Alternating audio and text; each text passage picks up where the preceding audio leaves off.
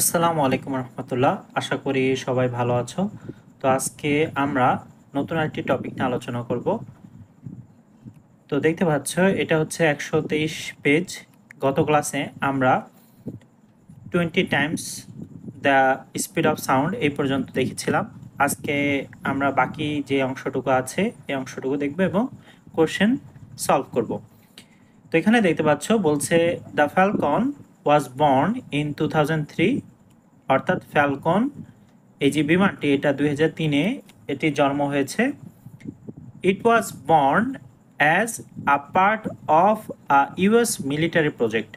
তাহলে ইউএস অর্থাৎ আমেরিকার যে মিলিটারি তাদের একটি প্রজেক্ট ছিল, মানে প্রকল্প ছিল।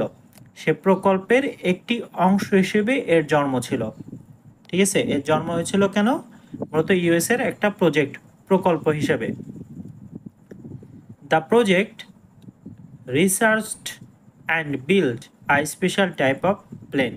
এবং এই যে প্রকল্পটি ছিল সেটা রিসার্চ মানে গবেষণা করা হয়েছে, গবেষণা করছে, অ্যান্ড বিল্ড এবং তৈরি করছে কি একটা স্পেশাল টাইপ, একটা বিশেষ ধরনের বিমান। The researchers wanted that the plane could reach any part of the world in less than an hour। মানে এই যে গবেষকরা ছিল ওয়ান্টেড, চেয়েছিল যে the plane could reach any part of the world, মানে এই বিমানটি বিশ্বের যে কোনো অংশে পৌঁছে যেতে পারবে ইন লেস দেন 1 আওয়ার, মানে 1 ঘন্টারও কম সময়ে।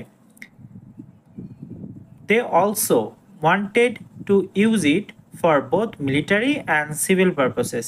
এবং তারা এটি আরও চেয়েছিল যেটা মিলিটারি ক্ষেত্রে ব্যবহার করতে এবং সিভিল পারপোসেস অর্থাৎ বেসামরিক অর্থাৎ সাধারণ মানুষের জন্য এটা ব্যবহার করতে চেয়েছিল। The plane had already been tested in computer models. তাহলে কম্পিউটারের যে মডেল আছে মানে কৃত্রিম যে মডেল, এই কৃত্রিম মডেলের মাধ্যমে তারা আসলে দেখছে যে এই প্লেনটা তারা যেভাবে চিন্তা করছে সেটা আসলে বানানো পসিবল কিনা, সম্ভব কিনা। The Falcon hypersonic technology vehicle 2 would be mankind's dream aircraft। তাহলে কি বলছে যে ফ্যালকনের যে হাইপারসনিক টেকনোলজি ভেহিকল 2 এই মডেলটি ম্যানকাইন্ডস ড্রিম মানুষের স্বপ্নের বিমান, এয়ারক্রাফট স্বপ্নের বিমান। In the days to come, in the days to come বলতে ফিউচার টাইম বোঝাচ্ছে, অর্থাৎ ভবিষ্যতে যে সময় আসবে সেই ভবিষ্যৎ সময়ের এটা ম্যানকাইন্ড মানুষদের একটি স্বপ্নের বিমান হবে। তো এখানে আমাদের দেখতে পাচ্ছ বেশ কিছু কোশ্চেন আছে, কোশ্চেনগুলো আমরা দেখব। প্রথম বলছে হোয়াট ইজ HTV2। আমরা দেখতে পাচ্ছি এখানে কি বলছে যে HTV2 এটা হচ্ছে এক ধরনের কি, এটাকে যেটা এটার হচ্ছে নাম হচ্ছে ফ্যালকন হাইপারসনিক টেকনোলজি ভেহিকল 2। তাহলে এটা সংক্ষিপ্ত রূপটা কি? HTV2 is the fastest plane made by humans. এটা হচ্ছে সব থেকে দ্রুত গতির বিমান যেটা কিনা আজ পর্যন্ত মানুষ তৈরি করছে। It can fly very fast and can handle very high heat. তাহলে এটা কি করে? খুব দ্রুত গতিতে যাইতে পারে, পাশাপাশি এটা অনেক হিট, অনেক তাপমাত্রা সহ্য করতে পারে, এটা সহনশীল একটি বিমান। What is the speed of HTV2। তাহলে এটার স্পিড কত? আমরা কিন্তু প্যাসেজে পড়েছি যে HTV2 can fly at a speed of 30,000 miles per hour. মানে এই যে মডেলটি দেখতে পাচ্ছ এটা মূলত 13,000 মাইল ঘন্টাতে যেতে পারে, মানে অবিশ্বাস্য একটা বিষয়। This is about 20 times faster than the speed of sound.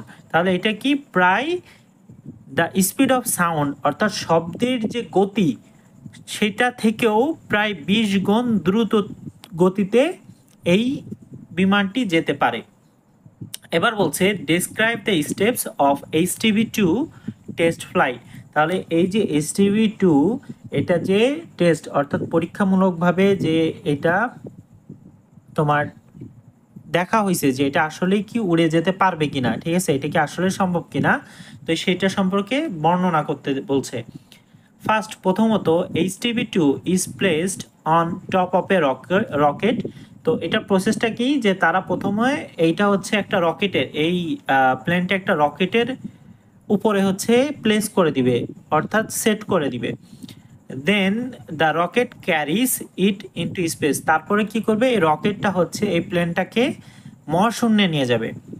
After that the plane separates from the rocket. তারপরে কি হবে, এই রকেট থেকে প্লেনটা আলাদা হয়ে যাবে। সেপারেট মানে আলাদা হওয়া। The plane flies back towards earth at a very high speed. এবং তারপরে এই বিমানটি পৃথিবীর দিকে খুব দ্রুত গতিতে যাবে আর কি। And engineers control and watch it's flight.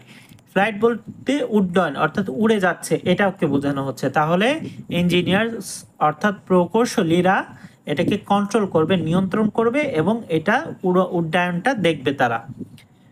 Why was the HTV2 developed? কেন HTV2 ডেভেলপড হয়েছিল? আমরা কিন্তু একটু আগেই পড়লাম যে এটা মূলত was made by the US military. এটা হচ্ছে ইউএস মিলিটারি দ্বারা এটা তৈরি, এবং it was build so that it could reach any place in the world less than an hour. এটা হচ্ছে মূলত তৈরি করা হয়েছিল যাতে পৃথিবীর যে কোনো প্রান্তে এটি 1 ঘন্টারও কম সময় পৌঁছে যেতে পারে।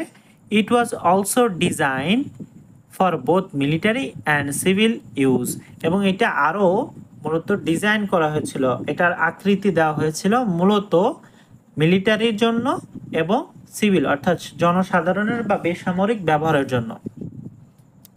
5 নাম্বার বলছে, do you think that HTV2 will be mankind's dream aircraft? অর্থাৎ তুমি কি মনে করো যে HTV2টা হচ্ছে ম্যানকাইন্ড অর্থাৎ যত মানুষ আছে তাদের স্বপ্নের বিমান হবে এটি? Why or why not? কেন তুমি এটা মনে করো, আর যদি না মনে করো তাহলে এটা কেন নয়, ঠিক আছে, why not? Yes, because it can travel to any place in the world less than an hour, যেটা আমরা উপরে দেখলাম এখানে। এটা মূলত হিউম্যানের ড্রিম এয়ারক্রাফট হবে, মানুষের ম্যানকাইন্ডস ড্রিম এয়ারক্রাফট হওয়ার মেইন কারণ সেটা হচ্ছে কারণ এটা যে কোনো পৃথিবীর এক জায়গা থেকে আরেক জায়গা 1 ঘন্টারও কম সময় পৌঁছে যাওয়া যাবে এই এয়ারক্রাফট দ্বারা। Which is very useful for the future, যেটা ভবিষ্যতের জন্য খুবই কার্যকর হবে। But some people May say no, কিন্তু কিছু কিছু মানুষ বলতে পারে কি, যে এটা মানুষদের হচ্ছে স্বপ্নের বিমান না। কারণ because it is very expensive, কারণ এটা কি, এটা খুবই দামি, অ্যান্ড রিস্কি, বিপজ্জনক, অ্যান্ড স্টিল বিং টেস্টেড, এবং এটা কি এখনো পরীক্ষামূলক একটি অবস্থাতে আছে। কারণ সাধারণ মানুষকে এটা কি, এই যে এখানে দেখো বলতেছে যে এটা মূলত সিভিল ইউজেসের জন্য, অর্থাৎ বেসামরিক সাধারণ মানুষ এটা ব্যবহার করতে পারবে। আসলে কি পারবে না, এটা ব্যবহার করতে পারবে তারাই যারা দেখা যাচ্ছে মিলিয়ন, ঠিক আছে, কোটি কোটি টাকা আছে, তারাই পারবে। তো আই হোপ এ পর্যন্ত বুঝতে পারছো। নেক্সট ক্লাসে আমরা নেক্সট টপিক নিয়ে আলোচনা করবো। আনটিল দেন সবাই ভালো থেকো। আসসালামু আলাইকুম রহমতুল্লাহ।